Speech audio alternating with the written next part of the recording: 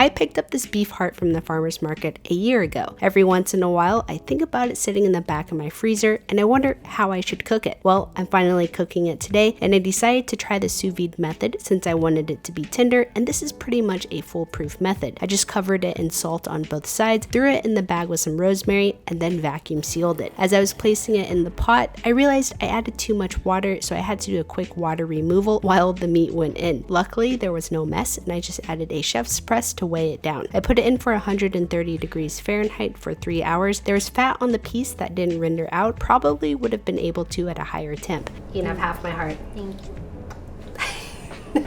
I gave half to Janelle so she could use it to make beau piece, and then I trimmed the fat off of the heart. My plan is to pan-sear it to get a nice crust, so I'm patting it dry. I'm a little worried it's gonna be tough just by how I'm feeling it, but we shall see. Avocado oil into my hot carbon steel skillet and placing the heart in. I placed a couple of chef's presses on top. The heart is oddly shaped, so there wasn't a consistent sear, but not all hearts are created equal, right? Not the best sear, but I was panicking a bit that it would overcook.